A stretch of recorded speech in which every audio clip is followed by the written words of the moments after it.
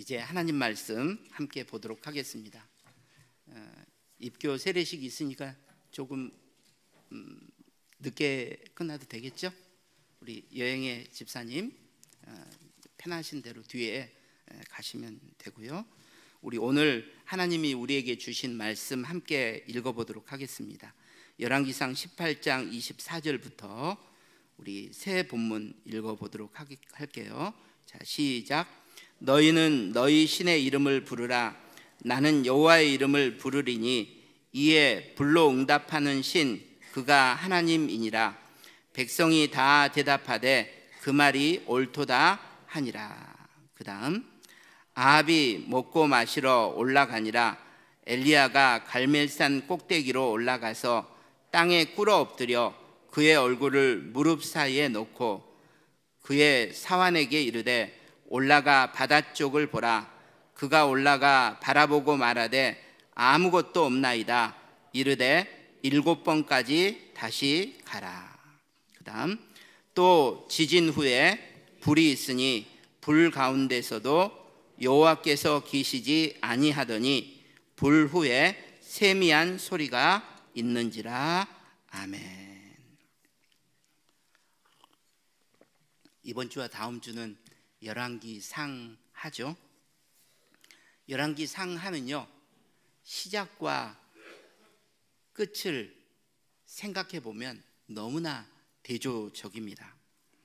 열왕기상은 다윗의 아들 솔로몬이 왕위에 올라서 성전을 건축하고 이스라엘 역사상 최고의 번영을 누리는 장면으로 시작됩니다.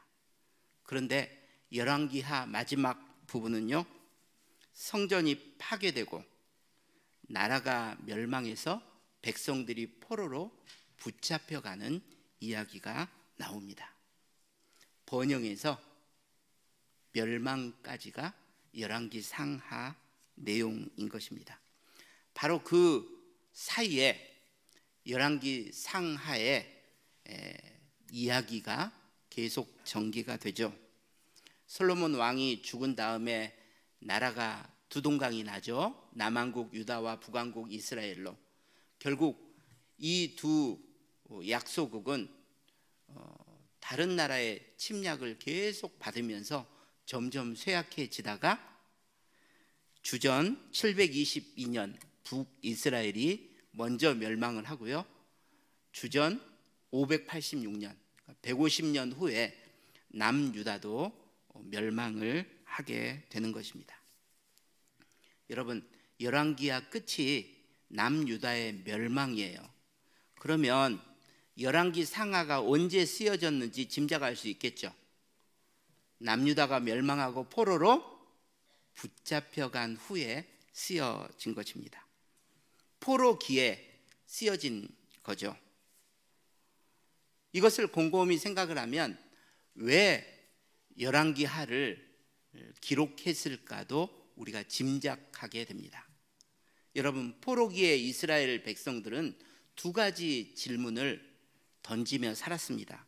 첫 번째, 우리는 하나님의 택하신 백성인데 가나안 땅은 하나님이 우리에게 주신 땅인데 왜 우리가 그 땅에서 쫓겨나 이렇게 멸망해서 포로로 붙잡혀 왔을까? 한마디로 말하면 우리는 왜 망했을까? 이것이 첫 번째 질문이고요. 두 번째 질문은 그렇다면 우리는 다시 가나안 땅으로 돌아갈 수 있을까? 다시 우리 민족이 회복될 수 있을까? 한마디로 말하면 희망이 있느냐 하는 질문입니다. 이 두 개의 질문을 던지며 살았어요. 첫 번째 질문, 왜 망했는가는 과거를 향해서 던지는 질문이고요. 희망이 있는가는 미래를 향해서 던지는 질문입니다. 바로 이 질문에 대한 해답을 주고 있는 책이 열왕기상하라는 것을 기억하시기를 바랍니다. 어떤 해답일까요? 왜 망했는가? 하나님을 버렸기 때문에 망했다는 것입니다. 하나님이 참신이신데 그분을 떠나 거짓 신인 이방 신들을 섬겼기 때문이라는 거죠. 그렇다면 희망은 있는가? 있다는 것입니다. 다시 하나님이 참된 신임을 고백해야 한다는 거죠. 그 하나님의 율법대로 다시 살면 이 민족에게는 희망이 있다는 말입니다. 바로 이러한 내용을 담고 있는 열왕기 상하 중에서 오늘은 상을 함께 생각해 볼 텐데요. 그 중에서도 거짓 신인 바알을 섬겼던 시대에 참 신이신 하나님을 섬기라고 이스라엘 백성들에게 외쳤던 엘리야의 이야기를 함께 생각해 보려고 합니다. 제가 이 엘리야의 이야기를 하는 이유가 있어요. 열왕기 상을 보면요, 이스라엘에서 가장 영적으로 어두웠던 시대가 바로 이때입니다. 아합 왕이 다스리고 있던 때입니다. 열왕기상 16장 30절을 보도록 하겠습니다. 오므리의 아들 아합이 그의 이전에 모든 사람보다 여호와 보시기에 악을 더욱 행하여 31절 여로보암의 죄를 따라하는 것을 오히려 가볍게 여기고, 그리고 33절 그 이전에 모든 이스라엘의 왕보다 하나님을 노하게 했다. 여러분, 보통 악이 아니라 최악이라는 말이죠. 아합은요 최악의 왕이었습니다. 바로 이 영적 어두움을 하나님이 그냥 내버려 두시지 않고 엘리야를 보내셔서 이 시대의 어둠을 깨트리려고 하시는 거죠. 참신이신 여호와께 돌아오라고 하시는 것입니다.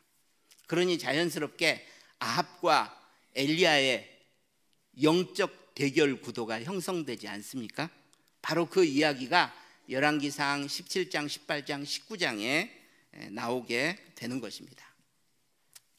여러분, 하나님이 엘리야를요 아합에게 보내세요. 앞으로 3년 반 동안 하나님이 다른 말씀을 하시지 않으시면 비를 내리지 않으실 것이다. 여러분, 바알이 비의 신이기 때문에 바알을 믿고 있었던 사람들에게 이제는 비가 없을 것이라고 말을 하는 거예요. 바알이 거짓 신이라는 것을 하나님이 보여주겠다는 것입니다. 3년 반의 엄청난 기근이 지난 후에 하나님은 엘리야를 다시 아합에게 보내십니다. 엘리야가 가서 우리 갈멜산에 모여서 참된 신이 누구인지를 한번 가려보자고 제안을 하죠. 여러분, 갈멜산은요 지중해가 보이는 산입니다. 그렇기 때문에 가나안 땅에 비가 내리려면 동쪽에 있는 사막 쪽에서 비구름이 오는 게 아니에요. 지중해 쪽에서 비구름이 오는 것입니다. 그러니까 이 갈멜산에서 하나님께 제사를 지내면서 사람들은 하나님이 비를 내려주시기를 기도했겠죠. 근데 아합이 그걸 전부 다 무너뜨려 버리고요, 거기다가 크고 화려한 이 바알 제단을 쌓아 놓은 거예요. 바로 그곳에 모여서 영적 대결을 하자고 한 것입니다. 그래서 아합과 엘리야도 오고 이스라엘 백성도 오고 아합의 선지자, 거짓 선지자 850명이 모였습니다. 바로 여기서 제가 오늘 여러분과 생각해 볼 첫 번째 사건이 일어나죠. 하나님이 불로 응답하시는 사건입니다. 엘리야가 바알 선지자들에게 제안을 해요. 자, 2마리의 송아지를 택해서 바알 제단과 여호와의 제단에 올려놓고 각자 자기 신의 이름을 부르자. 그래서 불을 내려가지고 그 송아지가 전부 다 타면 그 분이 진짜 참신이 아니겠느냐.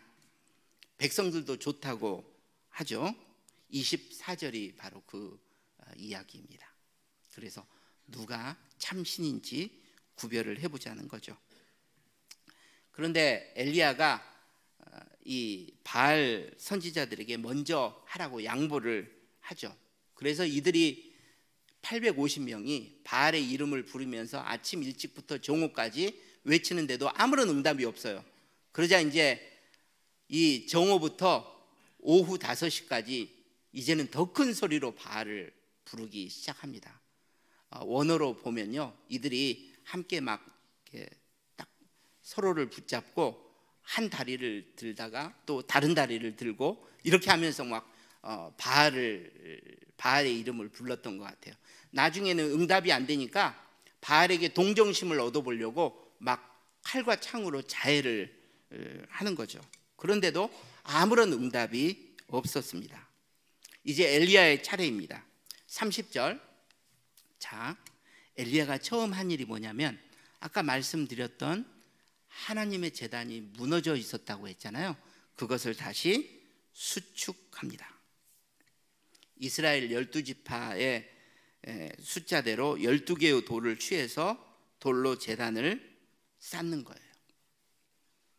여러분, 그 돌들은 그 주위에서 구했을 거 아니에요. 그럼 묻겠습니다. 다듬은 돌이겠어요? 다듬지 않은 돌이겠어요? 다듬지 않은 거친 돌이었겠죠. 그러니 다듬은 돌로 만들어진 크고 화려한 바알 제단과 옆에 있는 거친 돌로 만들어진 초라한 여호와의 제단을 한번 여러분 상상해 보시기 바랍니다. 그렇게 제단을 만들어 놓고 엘리야는 제단 가장자리에 물을 흐를 도랑을 만들어요. 그리고 제단 위에 나뭇가지를 올려놓고 송아지를 각을 떠서 올려놓고요, 통 넷에 물을 떠다가 3번이나 계속 번제물과 나무 위에 붓습니다. 바닷물을 부었겠죠. 흠뻑 젖었을 것입니다. 얼마나 물이 많았는지 물이 도랑까지 넘칠 정도로 흠뻑 젖어 있어요. 자, 불이 내려와도 타기가 쉽겠어요? 안 쉽겠어요? 안 쉽죠. 어렵죠. 웬만한 불로는 타지를 탈 수가 없도록 딱 만들어 버려요. 하나님이 참신이라는 것을 증명해 보이겠다는 것입니다. 그리고 기도합니다. 36절. 하나님, 주께서 참된 신이라는 것, 나는 그 주의 종이고 주의 말씀대로 행하는 것을 오늘 이 백성들이 알게 하옵소서. 하나님이 참신이라는 것을 증명해 달라는 것입니다. 그러자 하늘에서 여호와의 불이 내려가지고요, 그 불이 얼마나 강력하게 내렸든지 번제물과 나무를 다 태워버리고 도랑에 있는 물도 다 말라버렸어요. 그래서 모든 백성들이 여호와야말로 참된 신이라고 고백하게 되는 것입니다. 여러분, 그런데 여기서 우리가 주목해 보고 싶은 것이 있어요.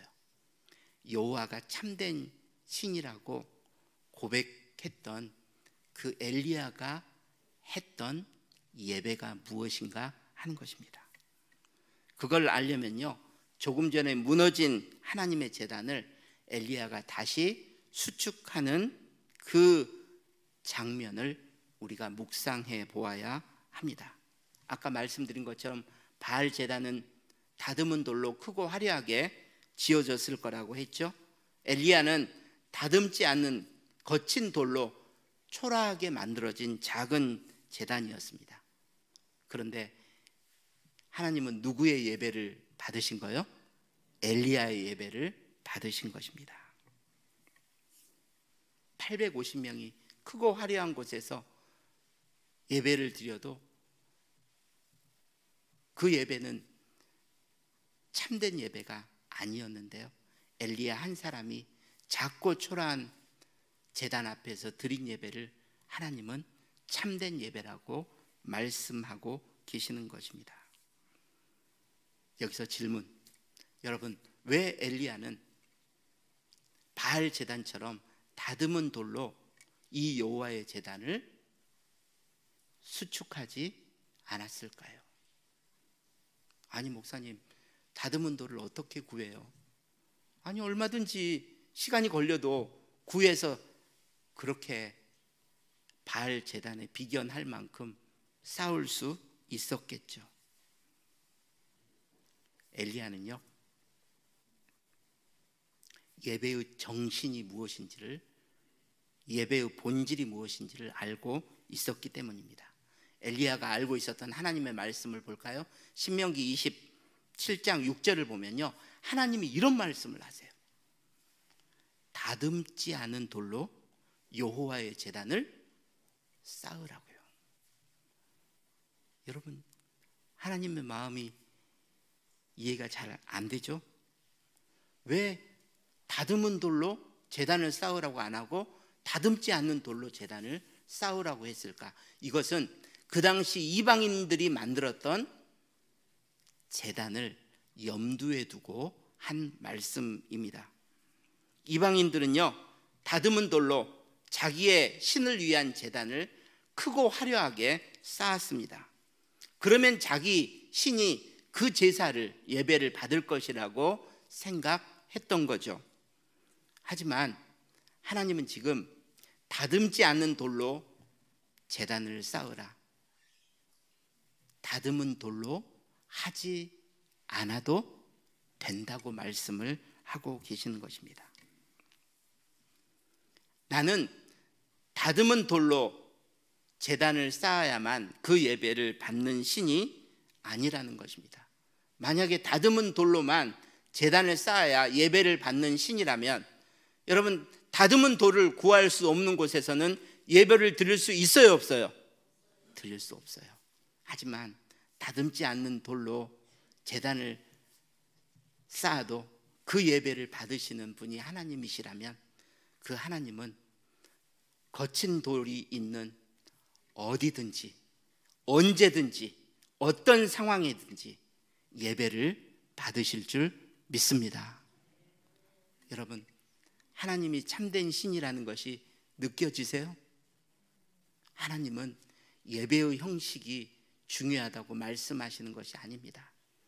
정말로 너희들이 나를 향한 갈망이 있고 나를 향한 헌신의 마음이 있다면, 나는 겉과 외모를 보지 않고 외형을 보지 않고 나는 너희의 예배를 받을 것이라고 주님이 말씀하고 계시는 거예요.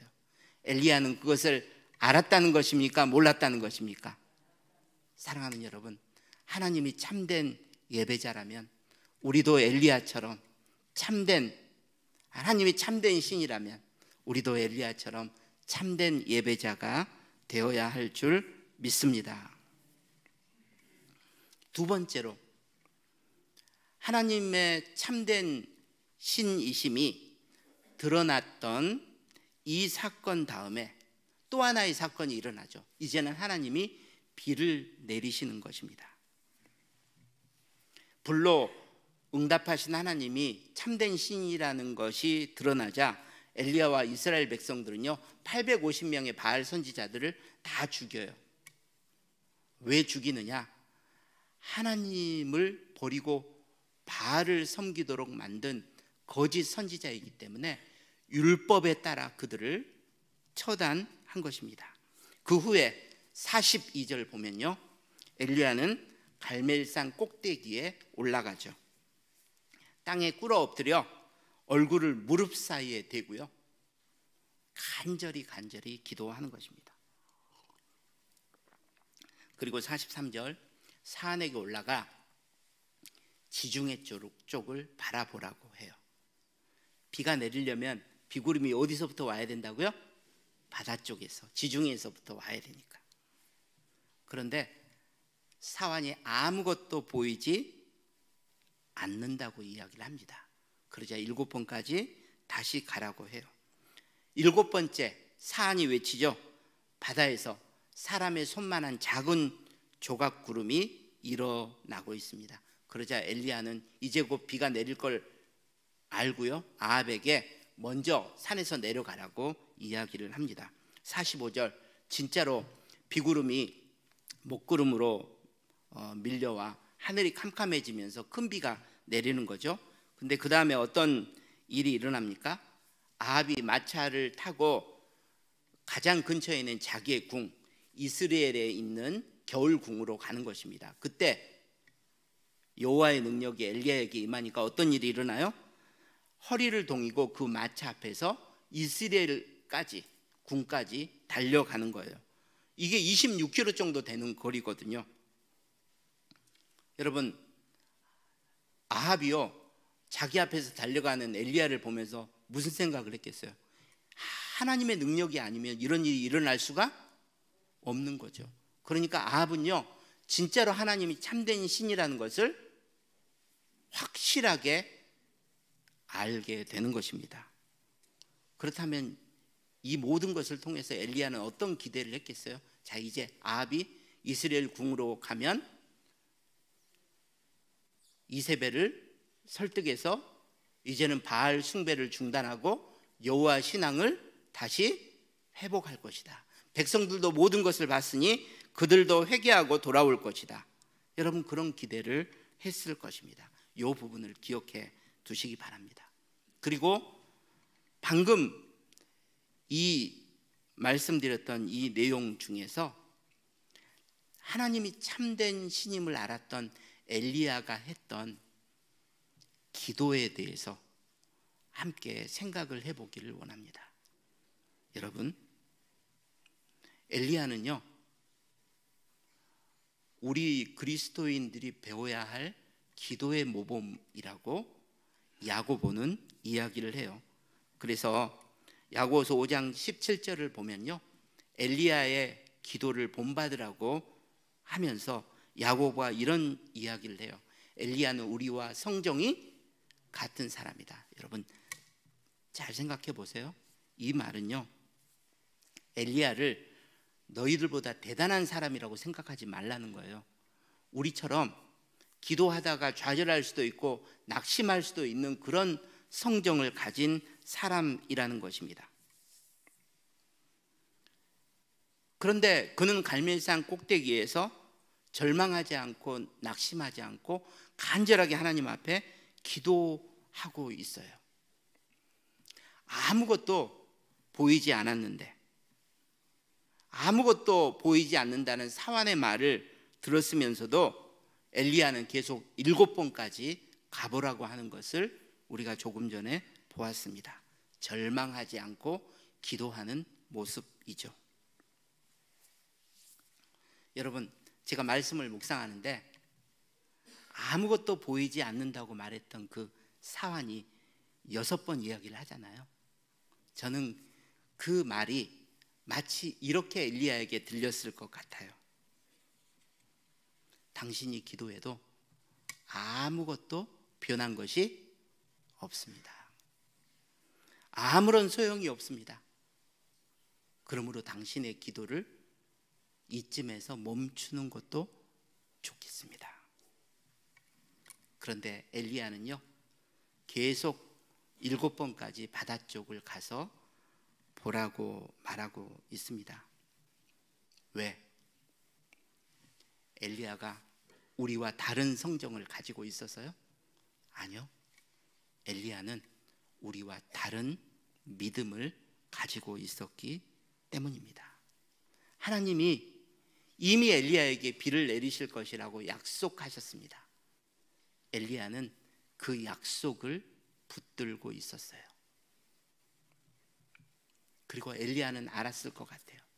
자, 여러분, 비가 내리려면요 비구름이 만들어져야 되고요, 지중해에서 그 비구름이 어디까지 와야 돼요? 가나안 땅까지 와야 돼요.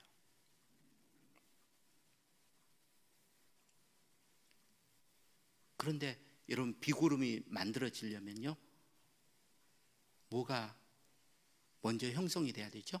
지중해의 뜨거운 햇빛이 계속 물을 수증기로 만들어서 비가 내릴 만한 충분한 양이 하늘에 올라가 구름이 되는 일들이 있어야 돼요.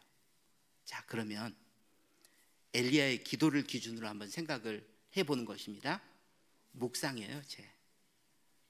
엘리야가 기도한 후에 하나님이 열심히 수증기를 만드시고 구름을 만드셔서 구름을 이동시키셨겠습니까? 엘리야가 기도하기 전에도 하나님은 이미 많은 수증기를 통해서 구름을 만드시고 그 구름을 이동시키고 계셨겠습니까? 기도한 후에 하나님이 일하신 것입니까? 기도하기 전에부터 하나님이 일하신 것입니까? 기도하기 전이겠죠? 제가 묵상을 하는데 이 부분이 너무 감동적인 거예요. 여러분, 우리 하나님은 우리에게 말씀하십니다. 우리에게 있어야 될 것을 우리가 구하기 전에도 이미 알고 계시는 분이신 줄 믿습니다. 그렇다면 이 세상을 하나님이 우리를 위하여 움직이시려면 우리가 기도하기 전에 우리가 기도할 것을 아시고 하나님이 이미 우리에게 응답을 주시려고 역사하고 계시는 분이신 줄 믿습니다. 여러분, 이것이 하나님이 참된 신이라는 증거가 아닙니까? 이 하나님을 믿는 사람은 좌절하고 낙심할 수 있는 성정을 가지고 있더라도 나에게 약속하신 이 하나님 앞에서 끝까지 포기하지 않고 엘리야처럼 기도하게 될 줄 믿습니다. 여러분, 이것이 두 번째로 여러분과 함께 나누고 싶었던 것입니다. 어떤 상황 속에서도 하나님이 참된 신이시기 때문에 우리 모두가 엘리야처럼 참된 기도를 하는 하나님의 백성 되시기를 주님의 이름으로 축복합니다. 마지막으로 또 한 가지 우리가 살펴볼 사건이 있습니다. 조금 전에 말씀드린 그 사건 다음에 일어난 사건입니다. 이제는 갈멜산이 아니라 호렙산에서 일어난 사건입니다. 여러분, 조금 전에 엘리야의 기대가 있었잖아요. 야, 이 정도로 갈멜산에서 하나님의 능력을 보았으니 아합도 변화되고 이스라엘 백성들도 변화될 것이다. 이제 이스라엘에 다시 여호와 신앙이 회복될 것이다. 엘리야는 그렇게 기대를 했어요. 근데 백성도 안 바뀌고 아합도 전혀 바뀌지 않아요. 오히려 이세벨이 엘리야를 죽이겠다고 협박을 합니다. 그러자 엘리야는 낙심해 버립니다. 실망하고 좌절을 하는 거죠. 아니, 내가 하나님을 위해서 이렇게 열심히 일했는데 갈멜산에서 일어났던 일만 생각하면 하나님이 백성들의 무릎을 꿇게 하고 그 다음에 아합이 회개하도록 만드셔야 되는 것 아닌가? 그런데 그런 일들이 일어나지 않는 거예요. 왜 하나님이 나를 사용하시면서도 나를 안 도와주시는 거야? 그래서 하나님 앞에 원망하는 마음이 생긴 거예요. 그래서 호렙산으로 가는 것입니다. 호렙산은 하나님의 산이라고 불렸는데요, 모세가 하나님을 만난 곳이잖아요. 엘리야도 그곳에서 하나님을 만나고 거기서 따지고 싶었던 거죠. 그래서 도착을 했는데 하나님을 만날 수가 없었습니다. 그래서 동굴로 들어가요. 그때 하나님이 엘리야를 부르세요. 엘리야야, 엘리야야, 너 어떻게 여기에 왔느냐고 물으십니다. 엘리야가 가슴 속에 있는 섭섭함과 원망을 털어놓는 것입니다. 하나님, 저는 하나님께 특별한 열심을 가지고 있었습니다. 그래서 목숨을 걸고 이스라엘을 회개시켜 보려고 제가 애썼던 것 다 아시지 않습니까? 그런데 이게 뭡니까? 이스라엘도 아합도 전혀 변화되지 않았습니다. 하나님, 왜 이렇게 하시는 것입니까? 아합이 변하든지 이스라엘이 조금이라도 변하든지 하나님 만드셔야 되는 것 아닙니까? 저 이세벨이 나를 죽이지 못하도록, 위협하지 못하도록 만드셔야 되는 것 아닙니까? 하나님께 엘리야가 따지는 거죠. 바로 거기에 대해서 하나님이 기가 막힌 대답을 하시는데요, 그것을 우리가 함께 보려고 하는 것입니다.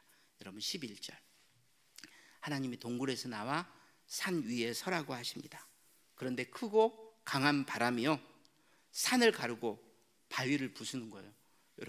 여러분이 엘리야라면 얼마나 무섭고 두려웠겠어요. 그런데 아주 흥미로운 표현이 나오죠. 그곳에 하나님이 계시지 않았다는 것입니다. 그 다음에는 엄청난 지진이 일어나는 거예요. 지축을 흔들리는. 그런데 그 지진 가운데서도 여호와가 계시지 않는 거죠. 그 후에는 맹렬한 불이 나타났는데 그 불 가운데서도 하나님이 계시지 않았다는 것입니다. 그리고 12절, 불 후에 하나님의 세미한 소리가 있었다고 성경이 말하고 있습니다. 대부분은 맥락을 다 우리가 놓쳐버리고요, 세미한 소리, 하나님의 음성은 세미한 소리다, 이렇게만 우리가 생각을 하는데, 여러분 문맥 속에서 지금 하나님이 엘리야에게 뭐라고 말씀하시는지를 보셔야 합니다. 하나님이 먼저 보여주신 것, 바람, 지진, 불을 보면 대단하죠. 여러분, 바람이 바위를 부수고 산을 갈라요. 이 정도로 놀라운 일이 일어나는 것입니다. 엄청난 지진, 그리고 맹렬한 불, 이것들은 다요, 하나님이 역사를 움직이시기 위해서 사용하시는 방법을 상징하고 있습니다. 하나님이 이렇게 크고 강하고 요란하게 떠들썩하게 일하실 수도 있다는 것입니다. 기적을 보여주셔서 사람들로 하여금 무릎 꿇게 하실 수도 있다고 말씀을 하시는 거예요. 자, 그런데 세미한 소리라는 말은 그 반대로도 하나님은 일하실 수 있다는 것입니다. 세미하다는 말은요, 작고 조용하다는 말이에요. 들릴 듯 말 듯 한 소리죠. 하나님은 작고 조용하게 역사를 주관하실 수도 있다고 말씀을 하시는 것입니다. 그런데 엘리야는 갈멜산에서 하나님이 방금 보여주신 것처럼 바람과 지진과 불과 같은 방식으로 이스라엘을 변화시켜야 한다고 생각했던 것입니다. 그런데 하나님이 말씀하시는 거예요. 아니야, 네가 생각했던 그 방식대로 내가 일하지 않을 수도 있어. 나는 작고 조용한 방식으로 이 이스라엘을 변화시킬 거야. 그러면서 하나님이 뭐라고 말씀하시냐면요, 18절에 엘리야, 너는 너 혼자만 나에게 특별한 열심이 있다고 했지? 너만 남았다고 했지? 아니야, 나는 바알에게 무릎 꿇지 않는 7,000명을 남길 거야. 이렇게 말씀을 하십니다. 너 한 사람을 통해서만 일하는 것이 아니라 나는 너 말고도 많은 사람들을 통해서 이 역사를 움직이고 있다고 하시는 거죠. 여기서 주목해야 될 게 있어요.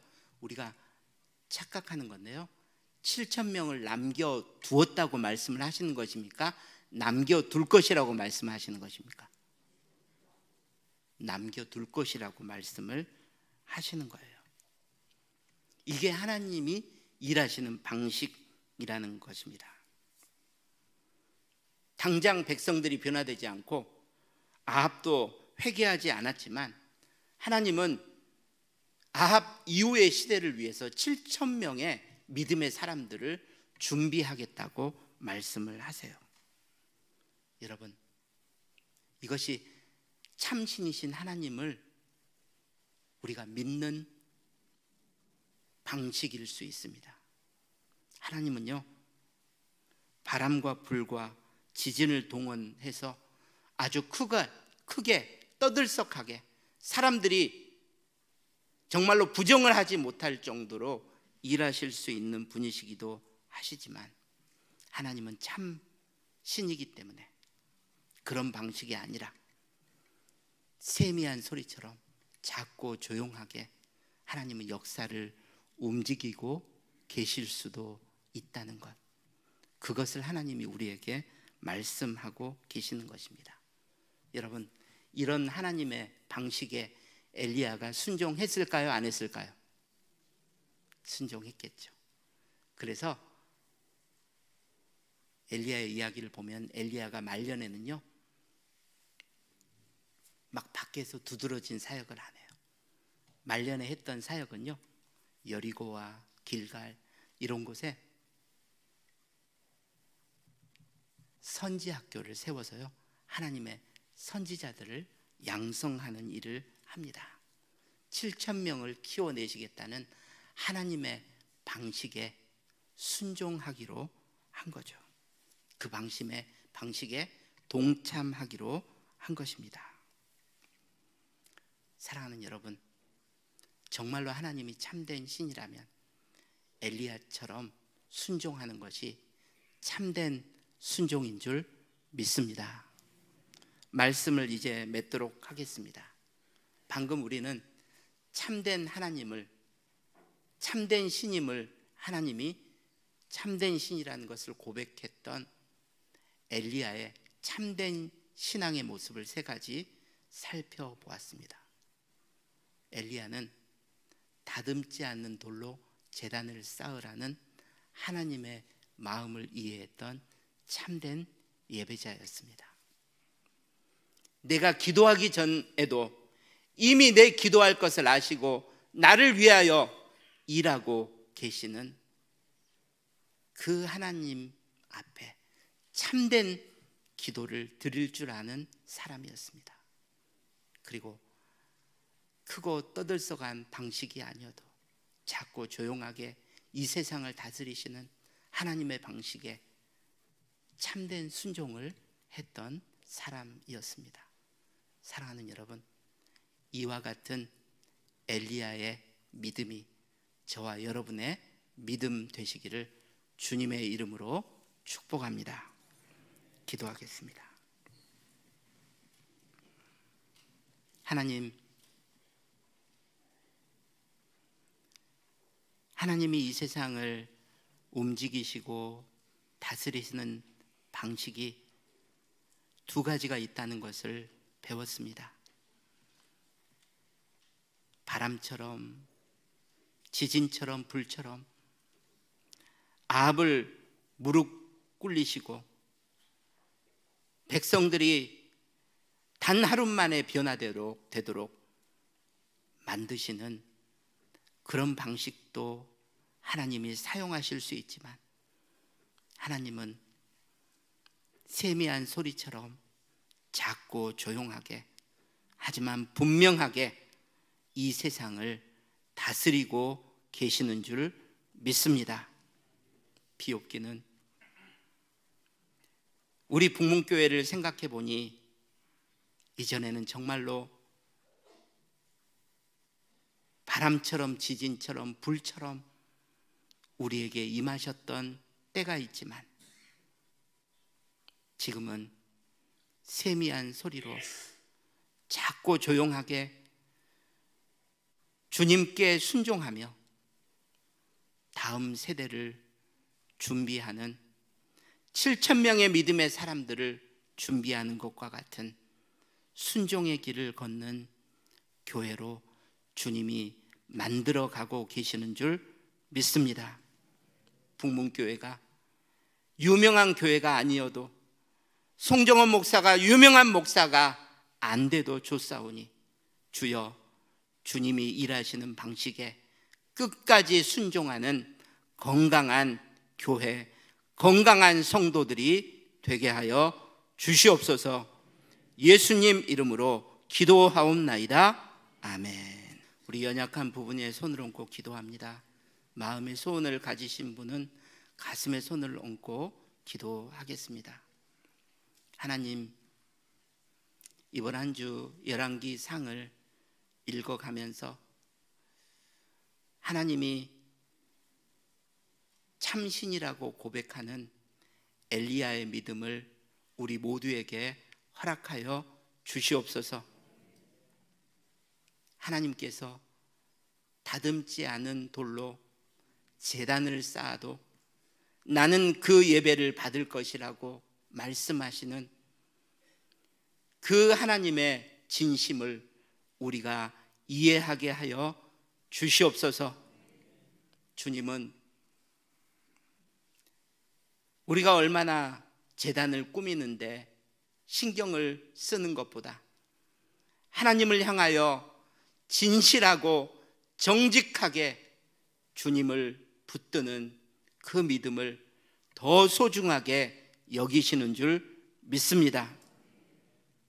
엘리야처럼 참된 예배자로 어디서든지 어떤 형편에서든지 하나님이 내 인생의 가장 중요한 분이라고 하나님의 은혜를 구하는 참된 예배자가 되게 하여 주시옵소서.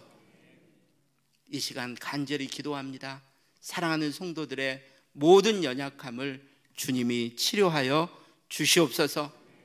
주께서 회복시키시고 강건케 하여 주시옵소서. 모든 어둠의 질병의 근원이 예수의 이름으로 떠나가게 하여 주시옵소서. 우리 인생의 모든 흉악의 결박이 예수의 이름으로 끊어지게 하여 주시옵소서. 아버지 하나님, 정말로 이번 한 주 간절한 기도의 제목이 있는 지체들에게 주님이 역사하사 시온의 대로가 열리게 하여 주시옵소서. 하나님께서 정말로 우리의 모든 막혀 있는 것이 뚫어지게 하시고 높아져 있는 것이 낮아지게 하시고 하나님 패여 있는 것이 다시 메워지는 놀라운 역사가 일어나게 하여 주시옵소서. 가라지도 않고 줄이지도 않도록 하나님께서 우리 사랑하는 성도들의 가정과 자녀를 책임져 주시옵소서. 이 시간 드려진 예물 주님이 꼭 기억해 주시기를 원하옵고 예수님 이름으로 기도하옵나이다. 아멘.